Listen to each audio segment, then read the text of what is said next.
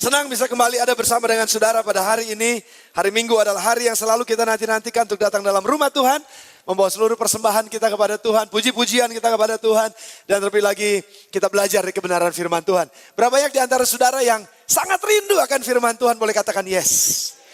Rindu banget ya saudara ya. Saya juga sangat merindukan firman Allah. Dan setiap kali saya punya kesempatan untuk bisa menyampaikan firman Tuhan.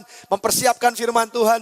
Setiap firman yang saya siapkan biasanya 1 bulan sebelumnya. Karena saya harus membuat sinopsisnya. Saya mesti membuat pengumuman surat pengembalaan kepada seluruh hamba-hamba Tuhan juga yang bertugas. Maupun kepada para pemimpin gereja ini. Supaya mereka bisa melihat juga arah kemana kita akan melangkah selama bulan ini. Atau selama bulan yang akan datang. Dan saya siapkan dan setiap kali saya persiapan. Saya melihat ada satu kegairahan yang luar biasa. Akan kebenaran firman Allah. Saya dapatkan banyak hal yang baik dari kebenaran-kebenaran firman Tuhan. Dan selama 3 bulan yang belakangan terakhir, kita udah jalanin Januari, Februari, Maret. Dan ini adalah bulan April, bulan yang keempat dari tahun 2014. Masuk pada minggu yang pertama. Nah, kita udah melewati 3 bulan yang pertama dengan living and leading with head. Kita sudah bicara sama-sama, membahas sama-sama mengenai visi yang Tuhan berikan. Itu ada di kepala kita, diberikan di kepala kita. Dan kita bisa melihat apa yang menjadi tujuan-tujuannya Tuhan. Kita bisa melihat apa yang, kemana Tuhan mau mengarahkan kita. Itu dengan hikmatnya, Dia berikan kita hikmat Tuhan. Dia berikan kepada kita kreativitas dan lain sebagainya. Dan kita sudah melihat ada begitu banyak yang Tuhan sudah investasikan di dalam pemikiran-pemikiran kita. Dan kita hidup harus dengan hikmat yang daripada Tuhan itu ada di kepala kita. Nah, namun dalam perjalanannya saudara, gak cukup rupanya mimpi, gak cukup rupanya visi, gak cukup rupanya tujuan-tujuan yang ada di kepala kita, strategi-strategi yang ada dalam kepala kita, gak cukup rupanya cuma nilai-nilai yang ada dalam kepala kita, gak cukup rupanya cuma kebenaran-kebenaran yang masih sepertinya ada di dalam alam pemikiran kita, gak cukup sampai di situ saudara. Bulan yang ketiga, triwulan yang kedua ini, dalam 3 bulan ke depan ini, kita akan sama-sama belajar mengenai living and leading with hands. Hidup atau memimpin dalam kehidupan kita, dalam perjalanan hidup kita, dengan tangan kita. Dan itu bicara mengenai pekerjaan, itu bicara mengenai kerajinan, itu bicara mengenai saya harus mengejawantahkan apa yang ada dalam pikiran saya. Saya harus membuat nyata apa yang ada dalam pemikiran saya, dalam mimpi saya, dalam visi saya. Biar kelihatan apa yang jadi mimpi, gak cuma mimpi. Kita bukan cuma pemimpi, tapi kita adalah orang-orang yang menuangkan mimpi itu menjadi kenyataan. Dan itu yang saya mau ajak kepada kita semua dalam 3 bulan ke depan. Kita akan sama-sama belajar bagaimana kita bisa bekerja sesuai dengan apa yang Tuhan mau. Kemana Tuhan mau arahkan kita dengan visinya, kita langkah di situ, kita berjalan di situ, kita lakukan sesuatu di situ, kita kerjakan sesuatu di situ dengan tangan kita. Dan kita akan lihat keberhasilan dari apa yang Tuhan sudah rancangkan dalam kehidupan kita. Saudara yang mau katakan yes. Dan kita akan melihat ada banyak terobosan-terobosan pada bulan-bulan ke depan ini. Nah tadi pagi saya sudah menyampaikan life is an assignment. Atau hidup itu adalah sebuah penugasan. Tugas. Kita ini seolah-olah seperti manusia-manusia yang ditugaskan oleh Tuhan. Dilahirkan atas muka bumi ini dengan tugas yang harus kita lakukan. Nah, tadi pagi saya sampaikan mengenai beberapa tokoh, maksud saya mengenai satu tokoh dari beberapa banyak tokoh di Alkitab. Kita belajar mengenai kehidupan mereka. Kehidupan sepertinya tugas-tugas yang mereka jalankan semasa kehidupan mereka. Sehingga kita bisa lihat, kalau kita belajar mengenai kehidupan Abraham. Kita tahu sekuen demi sekuen, kita tahu tahapan demi tahapan dalam kehidupan Abraham. Itu menceritakan bahwa Abraham itu adalah bapak orang percaya. Kita bisa memberikan tag buat Abraham, dia adalah bapak orang percaya. Kita bisa berikan judul, kalau saudara suka dengan itu. Kita bisa berikan judul hidupnya Abraham adalah bapak orang percaya. Bayangkan dalam usia 75 tahun Tuhan dalam kehidupan yang mapan di satu tempat, di satu kota di mana dia dilahirkan. Tuhan berkata kepadanya, tinggalkan negeri di mana engkau tinggal sekarang. Pergi ke satu tempat yang akan kutunjukkan kepadamu. Itu usia udah tua, usia udah cukup sepuh. Udah lagi mapan-mapannya. Udah enak-enaknya tinggal memetik semua buah hasil pekerjaan semasa mudanya. Tapi Abraham melangkah karena imannya. Dan kita terus pelajari kehidupannya. Bagaimana Tuhan bisa memberikan janji kepada Abraham dan Sarah. Yang saat itu juga udah umurnya sudah lanjut usia. Dan mereka bisa pikir gini, udah mati haid katanya si Sarah. Tapi Tuhan bilang pada Abraham, aku akan memberikan engkau keturunan. Dan keturunanmu akan menjadi seperti pasir di laut banyaknya, seperti bintang di langit banyaknya, dan enggak terhingga. Sudah bayangkan usia sepuh.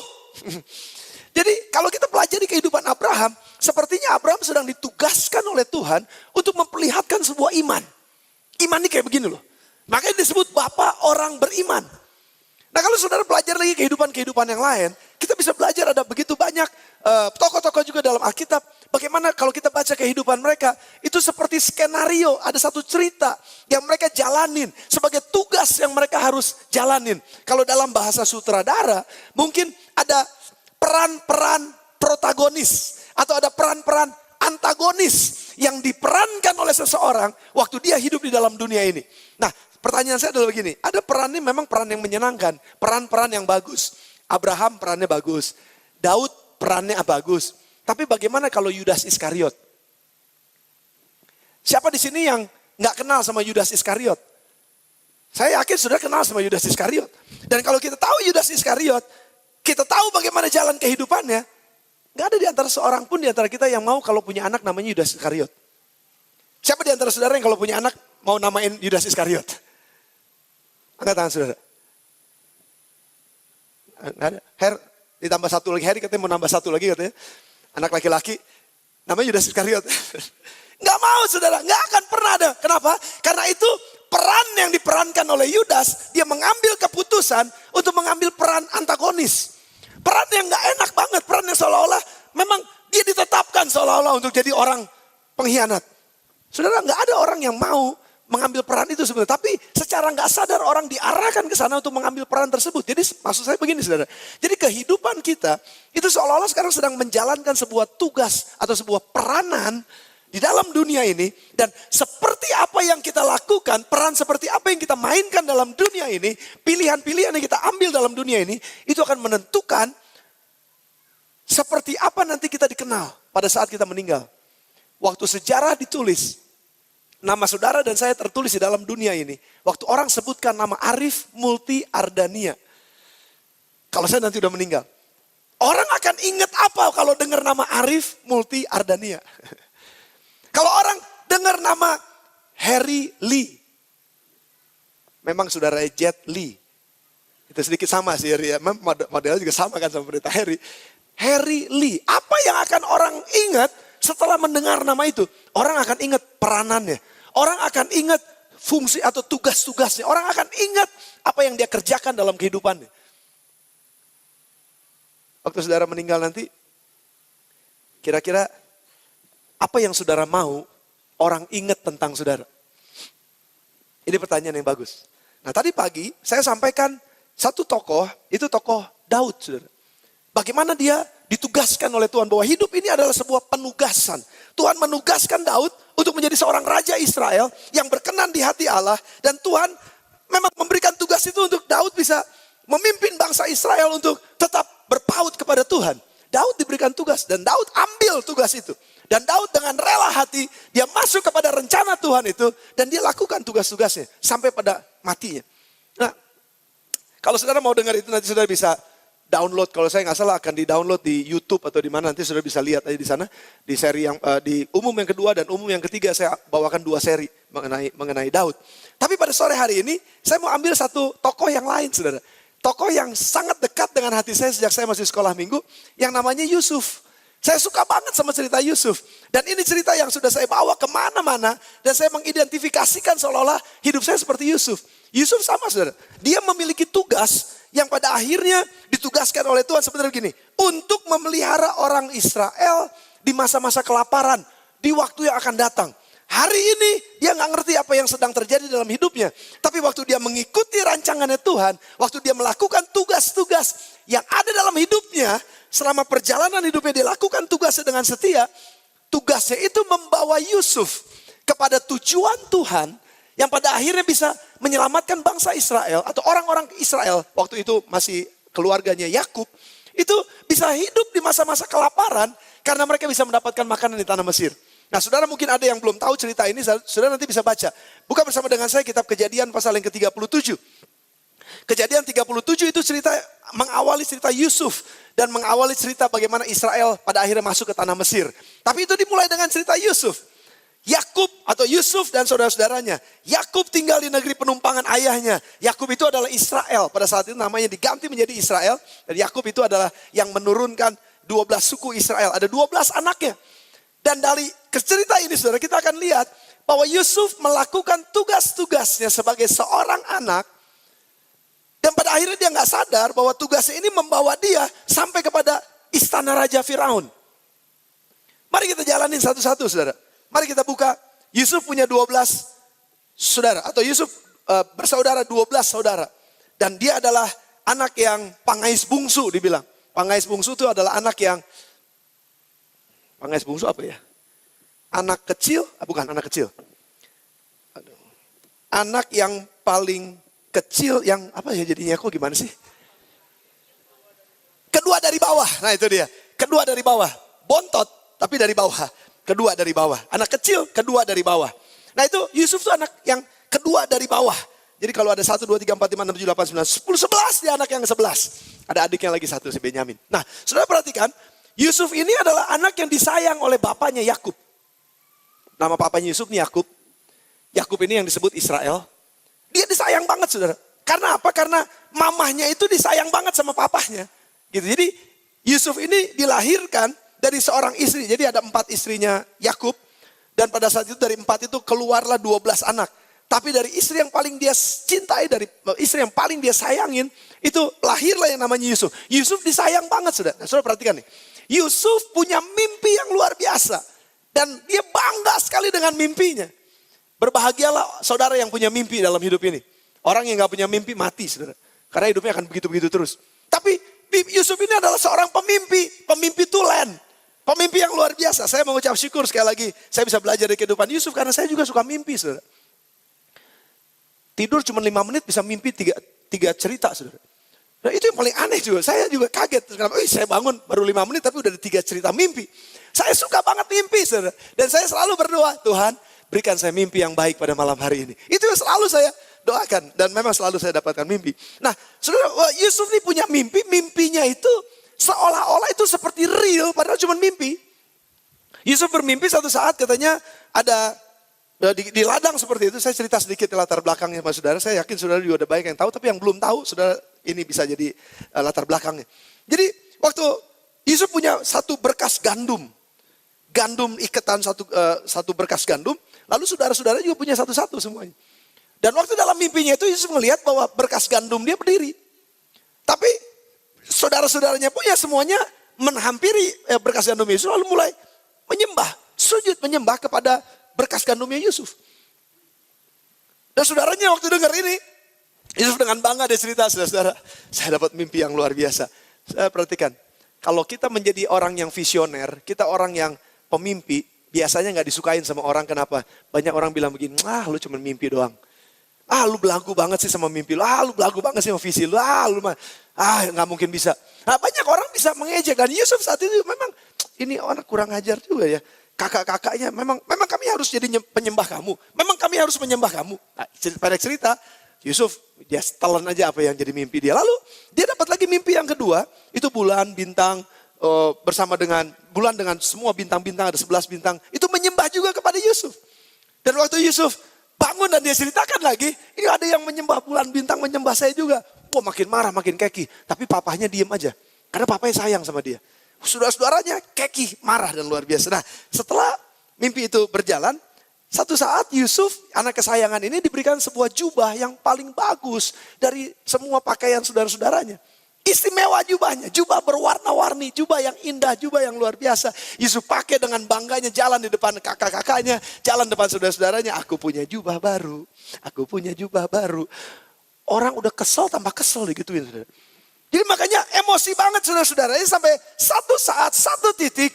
Mereka udah capek sama Yusuf. Mereka udah sebel sama Yusuf. Mereka dongkol sama Yusuf. Mulai merencanakan yang jahat tentang Yusuf. Tapi itu masih belum terjadi. Nah kita mulai ceritanya dari sini sekarang saudara. Buka bersama dengan saya. Kejadian pasal 37. Ayat yang ke-12 sampai dengan ayat yang ke-14. Kejadian 37 ayat 12 sampai dengan ayat yang ke-14. Pada suatu kali. Pergilah saudara-saudaranya Yusuf menggembalakan kambing domba ayahnya dekat Sikem.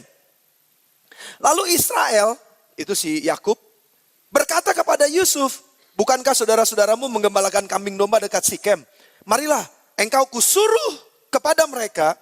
Saud Yusuf, iya Bapak. Kata Israel padanya, pergilah engkau melihat apakah baik keadaan saudara-saudaramu dan keadaan kambing domba. Dan bawalah kabar tentang itu kepadaku. Lalu Yakub menyuruh dia dari lembah Hebron dan Yusuf pun sampailah ke Sikem. Nah, ketika Yusuf berjalan ke sana kemari di padang, bertemulah ia dengan seorang laki-laki yang bertanya kepadanya, apakah yang kau cari? Ayat 16, sautnya, aku mencari saudara-saudaraku. Tolonglah katakan kepadaku di mana mereka mengembalakan kambing domba. Lalu kata orang itu, mereka telah berangkat dari sini. Sebab ku dengar mereka berkata, marilah kita pergi ke Dotan.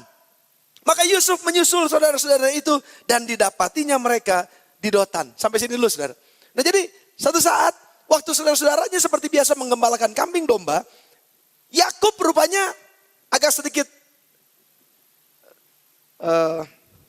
seperti kehilangan anak-anaknya. Ini anak-anak gak pulang-pulang nih, kemana nih?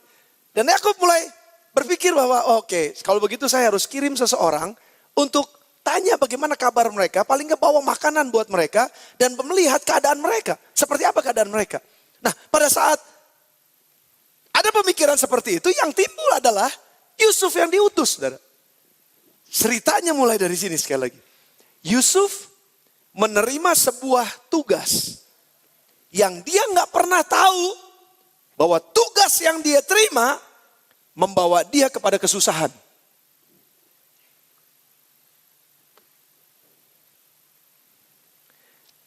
Your present assignment will usher you to a greater assignment in the future. Saudara kadang-kadang begini loh. Waktu kita terima sebuah assignment, waktu kita terima sebuah penugasan, kita nggak ngeh bahwa sebenarnya penugasan kita itu, tugas yang kita terima itu, pekerjaan yang kita terima ini, sebenarnya sedang mempersiapkan kita kepada tugas dan tanggung jawab yang lebih besar di kemudian hari. Nah kalau mau ngomel, Yusuf bisa ngomel. Dia kan anak kesayangan, dia kan anak yang baik, dia kan anak yang, saya mesti bilang mungkin dia anak rumahan. Jadi kenapa dia mesti disuruh? Bukankah Yakub punya banyak pembantu rumah tangga atau banyak pembantu atau banyak hamba-hambanya? Kenapa Yakub mesti menyuruh Yusuf pergi mencari saudara-saudaranya? Satu sisi, kemungkinan besar Yusuf mungkin punya perasaan gini, aduh saudara-saudara saya kan gak suka sama saya. Jadi ngapain pula saya ngelihat ke sana? Ngapain saya bawain makanan buat mereka? Tapi perhatikan saudara, Yusuf adalah seorang yang taat pada saat papanya nyuruh sesuatu sama dia. Pada saat dia diberikan tugas oleh papanya untuk lihat keadaan saudaranya. Yusuf gak taleng-aling, dia langsung aja oke pak saya akan pergi. Dan Yusuf siap dan dia pergi, langsung dia mencari saudara-saudaranya. Saudara, poin yang pertama adalah begini. Jangan pernah menolak sebuah tugas yang diberikan kepada kita sesuai dengan apa yang memang itu bagian kita dalam keluarga kita, mungkin itu dalam pekerjaan kita. Jangan pernah bilang gini, tugas ini gak cocok buat saya. Jangan pernah juga saudara bilang begini, apa-apaan? Kenapa sih kalau yang gak enak saya yang disuruh? Kalau yang enak-enak dia yang disuruh. Saudara jangan pernah iri hati sama orang lain. Jangan pernah marah kepada pimpinan saudara. Sementara sudah dipercayakan sebuah tanggung jawab. Dengar. Bahwa tanggung jawab yang diberikan kepada kita saat ini, entah oleh pimpinan kita, entah oleh atasan kita, entah oleh orang tua kita, atau mungkin oleh Tuhan sendiri, Tuhan menetapkan kita, memberikan sebuah tanggung jawab untuk kita lakukan, entah itu tanggung jawab pelayanan, entah itu tanggung jawab penggembalaan, entah itu tanggung jawab apa saja di tempat pekerjaan saudara, di kampus saudara, tempat kuliah saudara. Jangan bilang begini, alah ini tugas ini kok kayaknya kayak saya gak mau yang kayak begini. Jangan saudara. Mari mulai mau menerima sebuah tugas dan tanggung jawab dengan kerendahan hati, dengan satu ketaatan. Oke, karena ini yang minta papa saya, karena ini yang minta otoritas yang di atas saya, karena ini yang minta Tuhan, karena Tuhan taruhkan di dalam hati saya untuk saya lakukan dengan sungguh-sungguh. Walaupun kadang-kadang itu gak enak. Walaupun kadang-kadang saya gak suka dengan pekerjaan ini. Lakukan anyway, karena kita gak pernah tahu. Tugas yang diberikan kepada kita hari ini akan membawa kita kepada tugas tanggung jawab yang lebih besar di kemudian hari. Kita gak pernah tahu saudara. Oleh sebab itu setialah dalam tugas-tugas yang dipercayakan kepada saudara. Setialah dengan tugas-tugas yang sepertinya kecil. Gak ada artinya sama sekali. Lalu apa sih pelayanan kayak begini mas, pelayanan kayak begini. Saya nih presiden direktur di perusahaan. Masa saya mesti jadi asyir di depan? Ada banyak orang mungkin yang berpikiran, kenapa saya harus beresin WC? Tadi pagi saya juga sampaikan hal yang sama. Saudara, hari ini nih ledeng di Surya Kencana tuh dari pojok sana sampai pojok sana mati. Kalau saudara ada yang lagi kekurangan air, ketahuilah itu karena ada yang bocor di sana, di seberang situ, seberang gereja. Ya lagi dibongkar, jalannya gede banget tuh bolongnya. Kalau saudara nggak punya air, datang aja ke gereja nanti minta air sama si Rubin. Tapi maksud saya begini, kalau WC kita nggak ada yang ngurusin airnya, kalau WC kita nggak ada yang ngurusin kebersihannya, kita akan pakai WC yang bau hangser. Kita akan pakai WC yang nggak enak baunya sama sekali. Kita akan pakai WC yang kotor, kita akan pakai WC yang berantakan. Tapi selama saudara ada di GSI Bethlehem, saya pastikan saudara, kamu nggak akan pernah pakai WC yang bau hangser. Kenapa? Bukan karena, wah gereja ini memang bagus dan lain. Bukan itu, bukan. Tapi karena ada orang-orang yang bertanggung jawab untuk kebersihannya. Dan kita nggak pernah tahu siapa nama orang yang beresin WC kita. Betul apa enggak, saudara? Dan bayangkan sekarang kalau mereka yang lagi sikat-sikat WC terus mereka bilang gini, kenapa saya mesti nyekatin WC aja sih? Saya maunya khotbah. Kenapa sih saya ngerjain hal yang kayak ini? Nah, kayaknya saya nggak dipandang, disalamin aja nggak pernah. Dibilang terima kasih aja enggak. Saya mau tanya saudara, pernah nggak bilang terima kasih kalau ada OB di depan saya terus saya bilang terima kasih ya, WC-nya bersih. Pernah nggak? Kita kan biasanya cuma pakai, udahnya buang sampah sembarangan, kadang-kadang gitu. Mereka yang bersihin sudah. Masih ada orang yang pipis nggak disiram, mereka yang siramin. Sudah bisa bayangin sekarang, kerjaannya kayaknya nggak nyaman, tapi mereka dengan setia lakukan itu. Bayangkan kalau ada orang-orang yang seperti ini dan kita bisa menikmatinya, bagaimana kalau mereka nggak ada? Jadi maksud saya adalah begini saudara, jangan pernah saudara bersungut-sungut dengan sebuah tugas atau tanggung jawab yang diberikan kepada saudara seolah nggak ada artinya sama sekali. Ngapain saya kerjain inian? Yusuf nggak pernah tahu bahwa pada saat dia membawa makanan buat saudara-saudaranya, pada saat dia ngunjungin saudara-saudaranya karena perintah bapaknya, justru tugas ini adalah tugas pertamanya untuk dipercayakan tugas yang lebih besar kemudian. Saudara jangan anggap enteng bahwa saya banyak kesaksian dari jemaat di tempat ini, kalau saya bisa saksikan satu-satu. Mereka itu banyak kan orang-orang, ada banyak orang-orang yang kerjanya awalnya dari office boy, saudara. Mereka office boy di sebuah kantor, di sebuah perusahaan.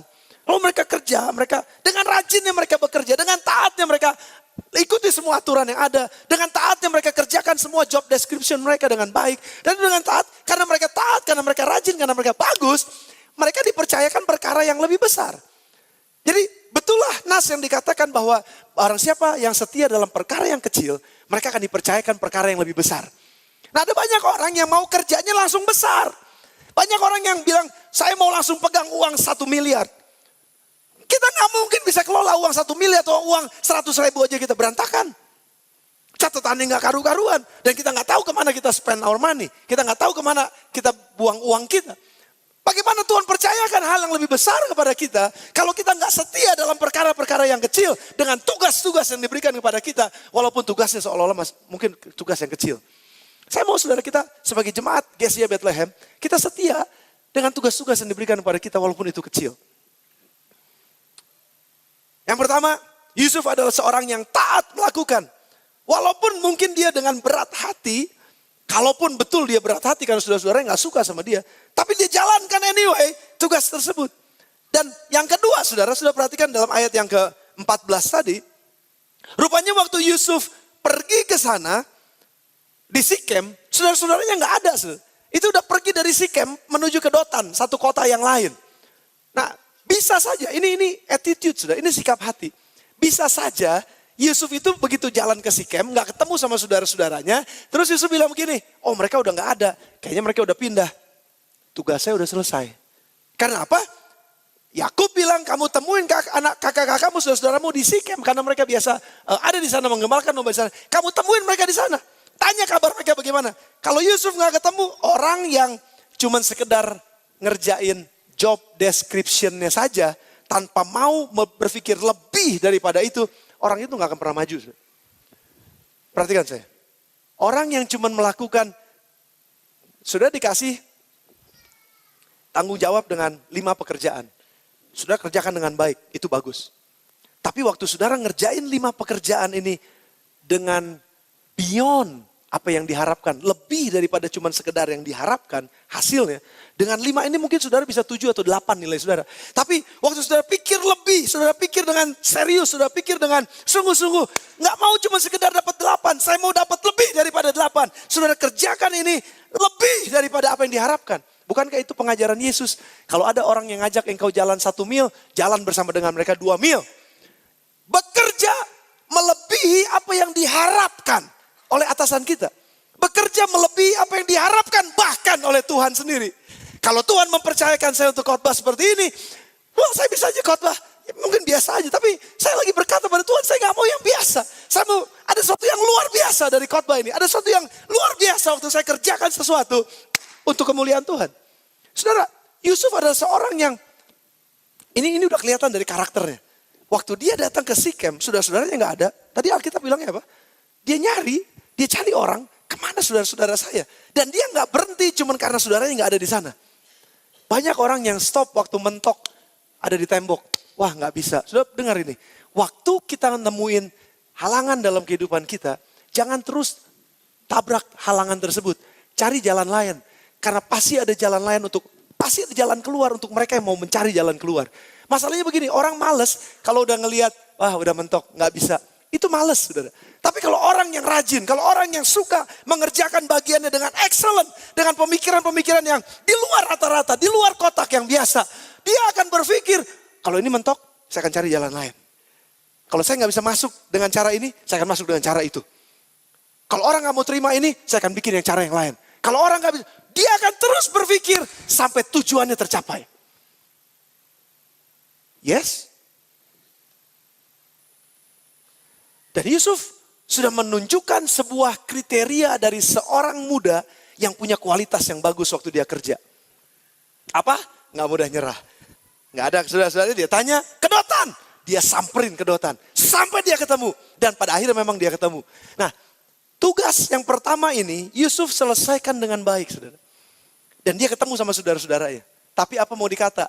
Cerita mulai berlanjut. Waktu Yusuf ketemu sama saudara-saudaranya dari jauh dia udah ketawa-ketawa. Itu dia, mereka ada di sana. Yusuf dari jauh, hehe, pakai baju jubah yang disebut kesayangannya. Karena dia dikasih sama bapaknya. Dan tugas itu adalah, dan baju itu adalah baju yang luar biasa bagus. Saudara-saudara yang gak punya, dengan bangga Yusuf jalan. Kakakku ketemu. Dan kakak-kakaknya mulai berpikir gini. Si tukang ngimpi datang, jauh dari rumah, mari kita bunuh dia. Wah, mau dibunuh saudara. Nah kalau saudara baca cerita selanjutnya, betul itu terjadi banyak omongan-omongan dari saudaranya. Kita giniin aja, kita gituin aja. Tapi pada akhirnya ada satu orang saudara yang bilang begini, jangan dibunuh. Karena dia mau membebaskan Yusuf. Udah masukin aja ke sumur kosong. Jadi waktu Yusuf sampai kepada mereka, oke, kita masukin ke sumur kosong. Supaya dia mati aja di sumur kosong. Saudara perhatikan, waktu saudara-saudara tangkap Yusuf, masukkan Yusuf di sumur kosong. Tapi yang hebatnya gini, Tuhan nggak pernah membiarkan orang-orang yang hidup di dalam rancangan Tuhan itu menderita sampai mati dan nggak sampai kepada tujuan hidupnya. Dengar saya, kesulitan apapun yang kita alamin sementara kita hidup untuk fulfill, untuk menggenapi tujuan Tuhan dalam hidup kita, Tuhan nggak akan pernah tinggalin kita. Kesulitan apapun, Tuhan pasti akan tolong kita. Yusuf masuk ke sumur yang kering katanya saudara. Tapi ceritanya berlanjut terus. Rupanya waktu dia dimasukin ke sumur yang kering, tiba-tiba datang, apa dibilangnya, musafir atau pedagang, orang Ismail saudara. Itu datang dari jauh, rupanya pedagang budak, kira-kira begitu saudara. Pedagang budak lah ya kira-kira. Nah waktu saudara-saudara lihat, daripada dia mati di situ kering, kita nggak dapat apa-apa, kenapa kita nggak jual? Akhirnya diangkat lagi Yusuf dari sumur itu, lalu dijual sama orang Ismail. Dan akhirnya dibawa, nggak tahu kemana, mereka juga nggak pernah tahu. Yusuf juga nggak pernah tahu dia dibawa kemana. Tapi ujungnya kita tahu Yusuf dibawa ke Mesir.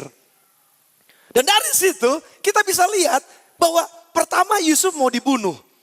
Tuhan batalkan, Tuhan pakai satu saudaranya, jangan dibunuh. Masukin aja di sumur yang kosong. Masuk sumur kosong, ujungnya dia pasti akan mati. Karena nggak akan ada yang angkat dia lagi di sana. Karena daerahnya seperti itu. Tapi Tuhan pakai cara lain, itu kok tiba-tiba bisa lewat, ada orang Ismail lewat, pedagang budak. Dan kepikiran sama mereka untuk jual, mereka dapat duit. Yusufnya udah pergi, kita bebas dari si pemimpi busuk ini. Dia udah pergi, dia udah gak ada lagi. Gak apa-apa, tapi kita tetap dapat duit. Bilangin sama bapak kita, Yusuf udah mati, dimakan sama binatang buas. Bajunya kita orek-orek, kita sobek-sobek, kita potong kambing satu. Gak ketahuan juga kambingnya banyak soalnya. Pakaiin darahnya, ucek-ucek. Nih, Pak, bajunya kesayangan Yusuf. Rupanya dia mati di tengah jalan karena dimakan sama binatang buas. Itu rancangan mereka.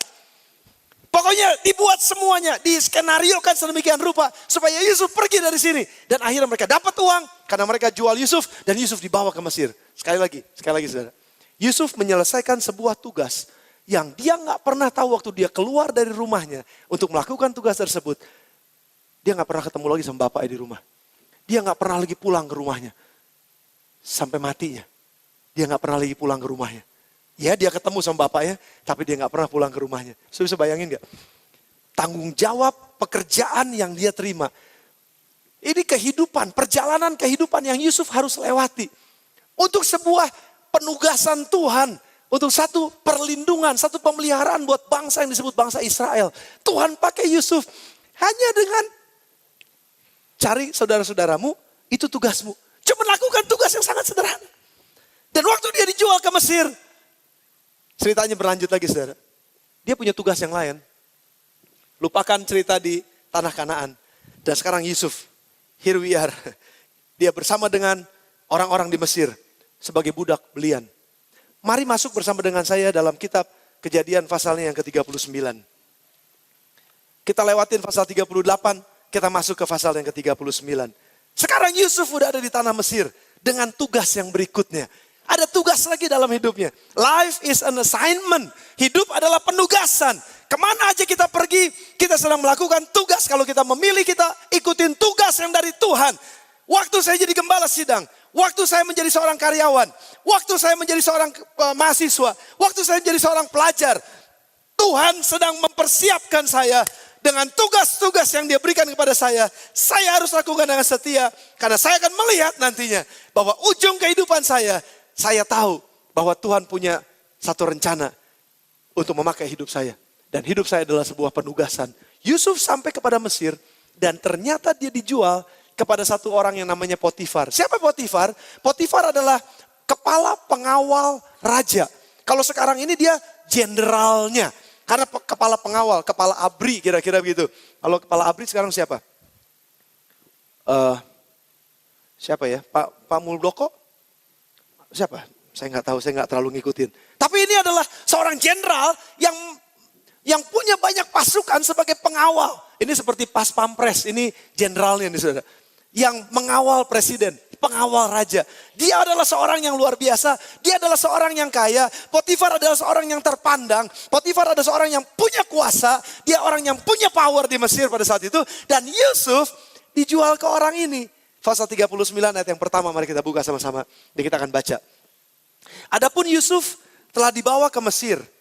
Dan Potifar, seorang Mesir, pegawai istana Firaun, kepala pengawal raja, membeli dia dari tangan orang Ismail yang telah membawa dia ke situ. Ayat yang kedua sudah perhatikan. Tetapi Tuhan menyertai Yusuf sehingga ia menjadi seorang yang apa saudara? Berbahagialah orang yang tidak berjalan menurut nasihat orang fasik, yang tidak duduk dalam kumpulan pencemooh, yang tidak berdiri di jalan orang berdosa. Tetapi yang kesukaannya ialah Taurat Tuhan. Dan yang merenungkan Taurat itu siang dan malam. Ia seperti pohon yang ditanam di tepi aliran air. Yang menghasilkan buahnya pada musimnya. Yang tidak pernah layu daunnya. Apa saja yang diperbuatnya berhasil. Yusuf rupanya orang yang suka merenungkan firman. Yusuf rupanya seorang yang taat. Tanpa kita pernah tahu dia kapan baca Alkitab. Karena waktu itu gak ada Alkitab. Tapi dia begitu taat kepada Bapa yang menunjukkan ketaatannya juga kepada Tuhan. Ketaatannya kepada Tuhan, inilah yang membuat Yusuf dibuat berhasil oleh Tuhan dengan apa yang saja yang dia lakukan. Sudah perhatikan, kalau kita hidup sesuai dengan tugas yang daripada Tuhan, Tuhan akan beri keberhasilan kepada kita. Keberhasilan itu udah pasti buat mereka yang hidup sesuai dengan firman Tuhan. Yang hidup sesuai dengan visinya Tuhan. Yang hidup sesuai dengan mimpinya Tuhan. Yang hidup sesuai dengan tujuan-tujuannya Tuhan. Hidupnya pasti akan dibuat berhasil. Apa saja yang dilakukannya berhasil. Saya suka dengan ayat ini. Tapi Tuhan menyertai Yusuf sehingga ia menjadi seorang yang selalu berhasil dalam pekerjaannya. Maka tinggallah ia di rumah tuannya, orang Mesir itu. Ayat yang ketiga. Yusuf sekarang sedang menjalankan tugas sebagai seorang budak di rumah seorang yang bernama Potifar. Tugasnya apa? Dia kerja di rumahnya Potifar. Karena dia ada dalam rumah Potifar. Kira-kira tugasnya apa? Saya cuma ngebayangin, ngehayal aja saudara. Saya suka ngehayal juga kalau lagi renungin firman Tuhan. Kalau dia kepala pengawal, kalau sekarang jenderal minimal punya mobil. Kalau jenderal biasanya mobilnya banyak. Kalau dulu nggak ada mobil berarti kuda. Jenderal ini rupanya punya kuda banyak nih. Saya cuma ngebayangin aja. Pagi-pagi Yusuf bangun, dia nyuci kuda.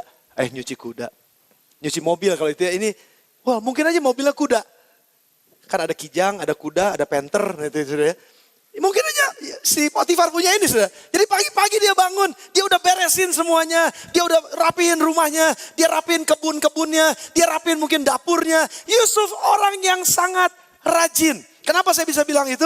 Karena dikatakan di dalam ayat yang ketiga. Waktu dia lakukan tugasnya dengan sangat baik. Karena ayat 3 dikatakan, setelah dilihat oleh tuannya, bahwa Yusuf disertai Tuhan dan bahwa Tuhan membuat berhasil segala yang dikerjakannya. Waktu ngerjain kuda, kudanya bersih banget. Istalnya, tempat kudanya, aduh itu kotorannya bersih. Semuanya kok jadi rapi ya. Ada si Yusuf di rumah ini, semuanya jadi rapi. Setelah dilihat oleh tuannya. Sudah dengarkan bagian ini sudah. Bagian-bagian yang baik ini. We caught people's attention by doing things differently. Kita akan menarik perhatian, kita akan menjadi perhatian orang-orang ketika kita melakukan sebuah tanggung jawab kita, sebuah tugas kita dengan cara yang berbeda dengan orang lain. Kenapa mata raja-raja tertuju kepada orang-orang yang cakap perbuatannya? Saudara bisa buka Amsal 22 ayat yang ke-9. Tolong dibukain Amsal 22 ayat yang ke-9. Orang yang cakap dalam pekerjaannya, 29, ayatnya bukan 9 tapi 29. Orang yang cakap akan pekerjaannya, di hadapan raja-raja ia berdiri. Bukan di hadapan orang biasa, tapi di hadapan raja-raja dia berdiri. Yusuf adalah seorang yang cakap dengan apa yang dia kerjakan. Saya sangat yakin dan percaya karena dia punya outstanding spirit. Karena dia memiliki satu roh yang kuat sekali. Dia memiliki satu semangat waktu dia bekerja. Dia memiliki kerajinan yang luar biasa. Di atas rata-rata budak-budak yang lain. Saya percaya Potifar punya budak yang lain. Tapi Yusuf ini rupanya melebihi semuanya. Sehingga biasanya kalau ada orang yang menyolok sendirian, itu menarik perhatian kan. Jadi waktu dia kerja, dia menyolok banget di sendiri. Yang lain-lainnya biasa.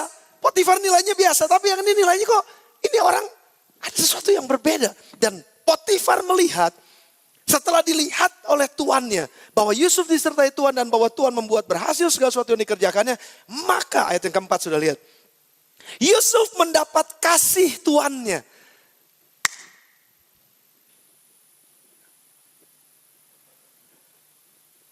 Saya suka dengan kata-kata ini dari dulu saya pegang ini. It is one thing to be a slave, but it is another thing to think as a slave. Satu hal menjadi budak, itu satu hal. Tapi berpikir sebagai seorang budak, itu hal yang berbeda.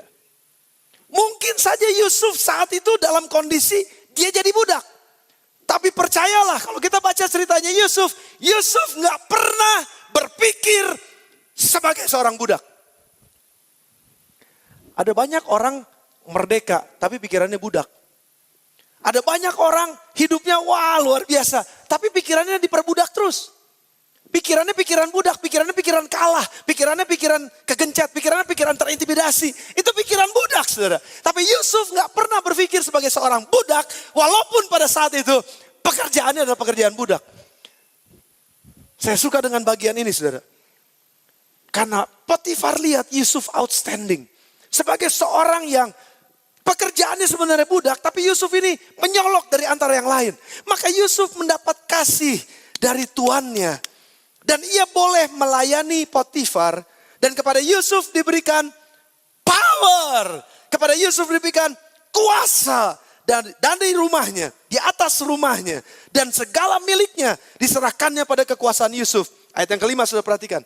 Sejak ia memberikan kuasa dalam rumahnya dan atas segala miliknya kepada Yusuf, Tuhan memberkati rumah orang Mesir itu karena Yusuf. Sehingga berkat Tuhan ada atas segala miliknya, baik yang di rumah maupun yang di ladang. Ini excited saudara. Di mana aja saudara bekerja, di mana aja engkau bekerja, di mana aja saya bekerja, sementara saya ada di sana, sementara saudara ada di sana, waktu kita kerjakan dengan sungguh-sungguh, tempat kita bekerja diberkati oleh Tuhan. Perusahaan di mana engkau bekerja diberkati oleh Tuhan karena ada engkau di sana. Gereja ini diberkati karena ada saudara dan saya di sini. Bukan karena yang lain. Memang betul semua dari Tuhan datangnya. Tapi Tuhan pakai kita untuk menjadi saluran berkat yang memberkati di mana tempat kita bekerja. Ini kehebatannya Yusuf, saudara. Dia rajin, dia bekerja, dia sungguh-sungguh, dia serius dengan kehidupannya. Dia serius dengan tugas yang diberikan kepadanya. Sehingga Potifar lihat, ada sesuatu yang istimewa dari anak ini. Sehingga Yusuf dipercayakan. Satu, dia gak cuma dipercayakan rumahnya sekarang. Tapi dia dipercayakan ladangnya. Karena rumahnya udah beres. Karena rumahnya, kalau setia dalam perkara yang kecil, dipercayakan perkara yang lebih besar. Kalau setia dengan tugas yang kecil, diberikan tugas yang lebih besar. Tuhan gak akan pernah percayakan kita yang lebih besar daripada apa yang bisa kita tanggung. Bukankah itu firman Tuhan? Pencobaan-pencobaan yang kamu alami adalah pencobaan biasa yang tidak melebihi kekuatan kita. Termasuk berkat juga. Kalau berkat itu justru malah jadi ngerusak kita. Berkat-berkat yang kita terima, semua keberhasilan yang kita terima ternyata lebih besar dari kapasitas kita untuk bisa menampungnya. Itu akan merusak diri kita. Tapi Tuhan gak mau itu. Dia akan berikan kesuksesan buat kita. Dia akan berikan keberhasilan buat kita sesuai dengan kapasitas kita. Rupanya Yusuf udah berhasil dengan satu rumah. Dan rumah Potifar beres. Dan Potifar lihat, gile nih anak, keren banget nih kerjanya. Yuk kita percayain ladang kita sekarang juga. Saya percaya Potifar orang kaya. Saya percaya Potifar punya banyak tanah. Termasuk di puncak dia punya beberapa villa. Dan waktu Yusuf dipercayakan ladangnya, sudah dengar nih, ladangnya diberkati oleh Tuhan. Apa aja yang tangan saudara sentuh, diberkati oleh Tuhan. Bukankah tangan ini jadi seperti tangan magic, saudara? Diberkati oleh Tuhan. Diberkati oleh Tuhan. Apa aja yang dipegang oleh tangan kita, diberkati oleh Tuhan. Living with hands. Living with hands. Living with hands. Leading with hands. Apa saja yang tangan ini lakukan, dibuat berhasil oleh Tuhan. Ada sikap-sikap yang mesti kita pelajari dari Yusuf. Waktu dia dipercayakan ladangnya oleh Tuhan, ladangnya Potifar. Waktu dia dipercayakan ladangnya oleh Potifar, itu ladang Potifar juga berhasil. Ladang Potifar juga diberkati oleh Tuhan. Karena outstandingnya Yusuf. Nah sekarang, sementara dia melakukan tugasnya, kira-kira kita selidiki lebih dalam lagi. Apa yang Yusuf pelajari di Mesir yang paling penting untuk masa depannya? Di rumah Potifar, di ladang-ladang Potifar, yes dia dipercayakan. Tapi ada hal penting yang gak tertulis dalam Alkitab yang perlu kita renungkan sama-sama. Lebih dalam lagi. Waktu Yusuf tinggal di Mesir, Yusuf orang apa? Dia orang Kanaan. Yusuf gak berbahasa Mesir. Dengar saya saudara. Yusuf waktu dia dibuang menjadi budak, dia dijual menjadi budak, masuk ke tanah Mesir, itu tanah asing buat dia. Tapi kehebatan Yusuf adalah dia belajar bahasa Mesir. Kenapa saya tahu Yusuf belajar bahasa Mesir? Karena Yusuf pada akhirnya bisa berkomunikasi dengan orang-orang di rumah Potifar. Itu gak pakai penerjemah saya yakin. Dia belajar walaupun bahasa pasar. Tapi dia bisa berkomunikasi dengan orang-orang Mesir pada saat itu. Dan pada akhirnya, kalau kita ntar dengar cerita yang lain. Kalau kita dengar nanti tugas yang lain. Yusuf bisa bertemu dengan lebih banyak orang yang berkata-kata dalam bahasa Mesir. Berbahasa Mesir. Dan Yusuf bukan orang Mesir. Artinya Yusuf paksakan dirinya untuk bisa bicara dalam bahasa Mesir. Kalau enggak, dia nggak mungkin bisa duduk menjadi orang nomor 2 di bawah Firaun di kemudian hari kalau dia nggak bisa bahasanya. Rupanya Yusuf juga belajar, saudara. Dalam tugas kita, waktu Tuhan percayakan kepada kita sebuah tugas, jangan malas untuk belajar hal yang lain. Karena mungkin hal yang lain yang kita pelajari itu akan menolong kita, memperlengkapi kita untuk suatu tugas yang lebih besar. Ada banyak orang bilang, ngapain gue belajar matematika? Kesel nih, bahasa Inggris susah banget. Saudara, jangan pernah takut untuk belajar sesuatu yang baru. Karena kita nggak pernah tahu, waktu kita punya tugas yang lebih besar yang Tuhan percayakan nanti di kemudian hari. Justru apa yang kita pelajari hari ini berfungsi buat kita nanti. Saya mau kasih sedikit kesaksian pada saudara. Saya dari kecil belajar musik, belajar gitar. Lalu SMP, SMA saya mulai kembangin lagi, saya belajar bass, saya belajar drum, saya belajar keyboard. Akhirnya belajar semua alat musik ini saudara. Saya nggak pernah kepikir kok, saya nggak pernah mikir jauh kemana-mana, nggak pernah mikir. Tapi saya bisa aja, saya main ini bisa, semuanya bisa. Walaupun cuma pas-pasan, tapi bisa aja. Nah, terus saya juga belajar, kan pimpin pujian, pelayanan. Itu dari dulu begitu di gereja ini saudara. Di gereja ini, saya lahir di gereja ini, saya besar di gereja ini, saya melayani gereja ini, saya mati di gereja ini nantinya. Itu sampai akhirnya nanti. Tapi itu yang saya pelajari dan saya nggak pernah tahu juga bagaimana. Saya suka banget sama bahasa. Saya belajar bahasa Inggris, saya ngeles di tempat les bahasa Inggris, saya juga ngeles bahasa Perancis. Saya suka dengan bahasa-bahasa. Lalu ya saya cuma belajar aja begitu aja. Tapi saya nggak pernah tahu bahwa satu kesempatan di dalam hidup ini saya ditugaskan dan diberikan tugas oleh Tuhan, tanda kutip, saya ditugaskan oleh Tuhan pada akhirnya sekolah Alkitab. Dan bukan di Indonesia, sekolah Alkitab di Filipina. Dan di Filipina berbahasa Inggris. Waktu itu TOEFL saya cuma 350-an. Sedangkan 550 adalah persyaratannya. Jadi saya bilang, I'm willing to learn. I'm willing to pay the price. Saya bilang sama orang-orang di sana, saya nggak bisa bahasa Inggris. Datang aja, di sini nanti diajarin. Akhirnya saya belajar, saya datang ke sana. Ada kesempatan buat belajar. Saya belajar di sana. Nggak pernah tahu apa yang pernah saya pelajari dulu. Itu kepake banget, luar biasa saudara. Saya ikutan pelayanan di satu gereja perintisan baru, orang Filipina jadi gembala sidangnya, orang-orang Korea jadi banyak jemaat pengerjanya di sana. Dan di situ saya bisa belajar bahasa Inggris, di situ saya bisa belajar dan menerapkan apa yang saya bisa. Saya bisa pimpin pujian, saya bisa main gitar, akhirnya saya dipercayakan pimpin pujian dan main gitar. Dan lama-lama dipercayakan lebih lagi. Pak Arif bisa gak ajarin drum? Ini ada yang mau beliin drum? Boleh, beli aja drumnya. Beli drumnya, saya ajarin, gutak-gutak. Pokoknya asal bunyi aja, pokoknya udah bisa aja pokoknya gitu. Lalu ada yang mau kasih keyboard katanya. Oke, saya ajarin juga keyboard. Dan akhirnya semuanya ada anak-anak yang dibangun di sana, kaum muda yang dibangun di sana. Dan pada akhirnya jadi satu gereja yang punya full alat musik waktu saya pergi, waktu saya datang maksudnya, itu cuma sekitar 20-35 orang. Dan itu paling banyak sekitar 30-an 5 orang. Tapi begitu saya pulang dan saya belum lama ini saya dengar mereka udah punya 2 kali kebaktian sekitar 150 orang 1 kali kebaktian. Mungkin 300 orang sekarang. Dan mereka punya tim musik yang bagus sekarang. Saya gak pernah pikir saudara bahwa pengalaman saya dulu waktu saya pelajari sesuatu itu sangat bermanfaat untuk satu tugas pelayanan yang Tuhan percayakan di kemudian hari yang saya gak pernah bayangkan sebelumnya. Gak pernah saya bayangkan sebelumnya. Dan pada akhirnya bisa ada teman-teman Korea karena ngelihat ya, saya suka pelayanan, saya enjoy, saya nggak pilih pandang-pandang pelayanan apa, saya nggak pilih pelayanan mimbar, saya pilih ngangkatin kursi, saya pilih ngangkatin speaker, saya pilih ngebersihin gitar, itu kerjaan saya waktu itu sudah di Filipina. Nggak ada yang lain, cuma itu aja. Ya paling suruh bikin pujian sekali-sekali, yang ngajarin musik sekali, cuma itu aja. Tapi mungkin orang-orang Korea ngelihat ada sesuatu yang lain dengan anak ini. Saya dipercayakan untuk bisa sekolah field education di Korea. Dan pada akhirnya 3,5 bulan ada di Korea. Enggak ada satupun yang ngerti bahasa Inggris. Dan Indonesia. Bahasa Korea semuanya. Duduk. Hanya masayo. Cuman itu doang jawabannya.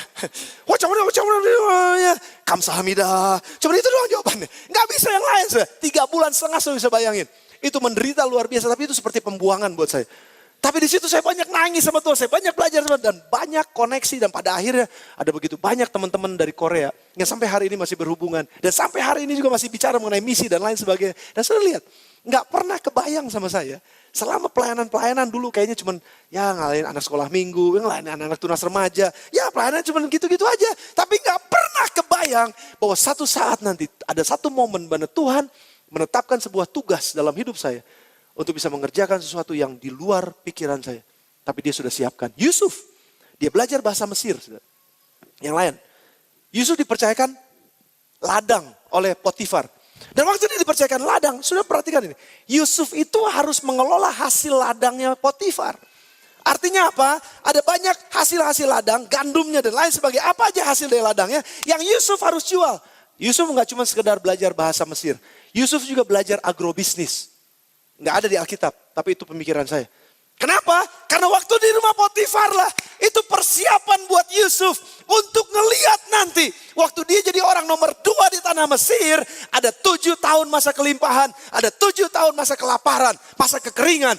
Dan 7 tahun masa kelimpahan itulah yang membuat Yusuf sebetulnya bisa ngeliat, wow, rupanya untuk inilah aku ada di rumah Potifar yang lalu. Sudah perhatikan, ladangnya Potifar nggak terlalu besar dibandingkan ladangnya Mesir.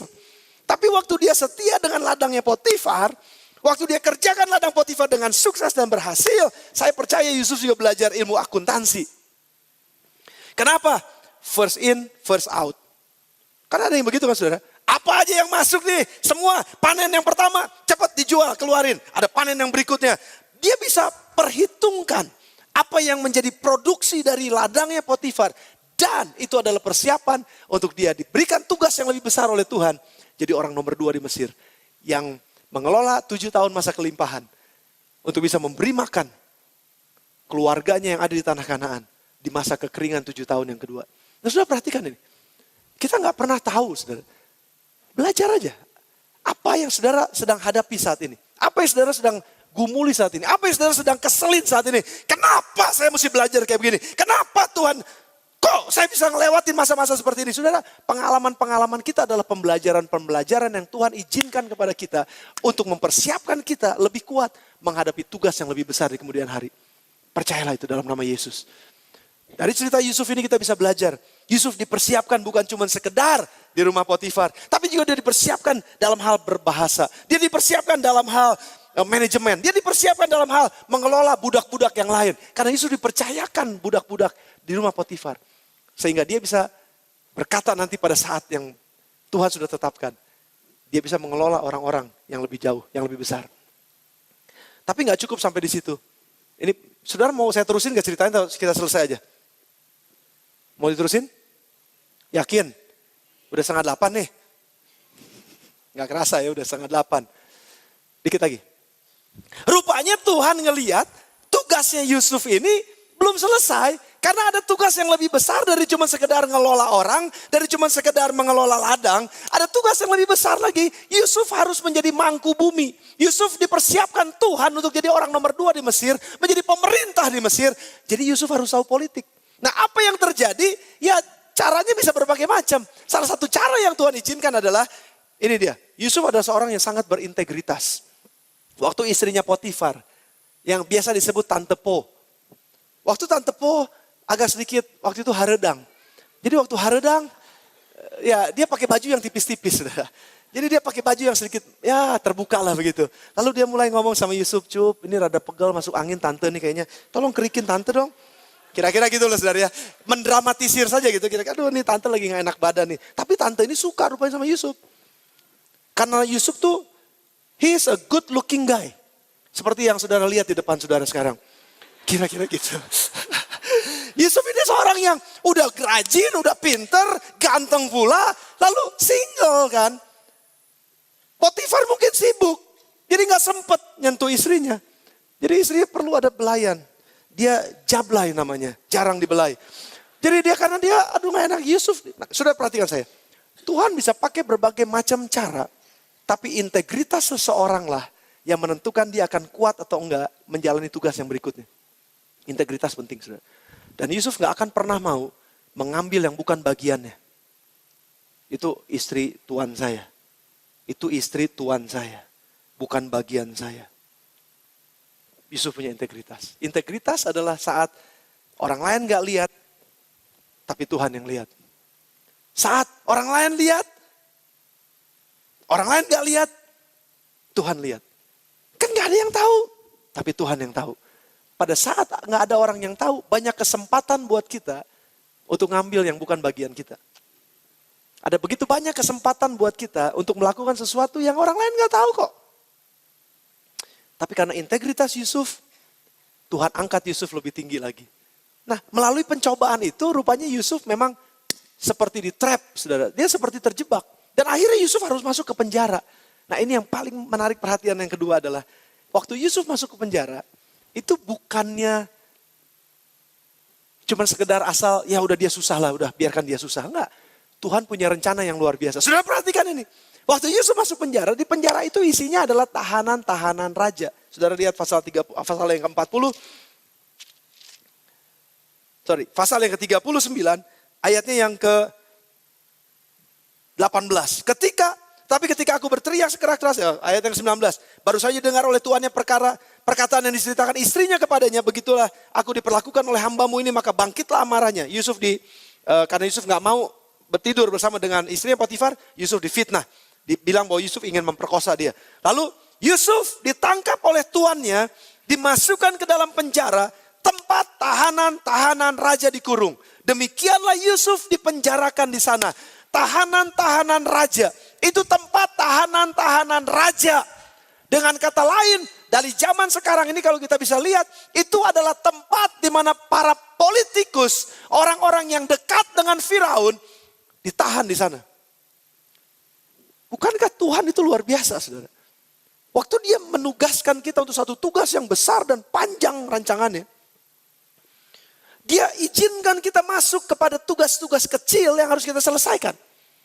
Yusuf belum selesai dengan tugasnya rupanya. Karena dia akan duduk sebagai mangku bumi, orang nomor 2 di tanah Mesir pada saat itu.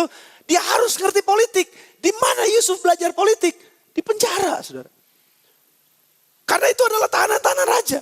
Dan di situ kalau saudara baca selanjutnya, saya nggak punya waktu lagi untuk membahas ini. Tapi Yusuf sekali lagi disertai oleh Tuhan dan dibuat berhasil apapun yang dia kerjakan.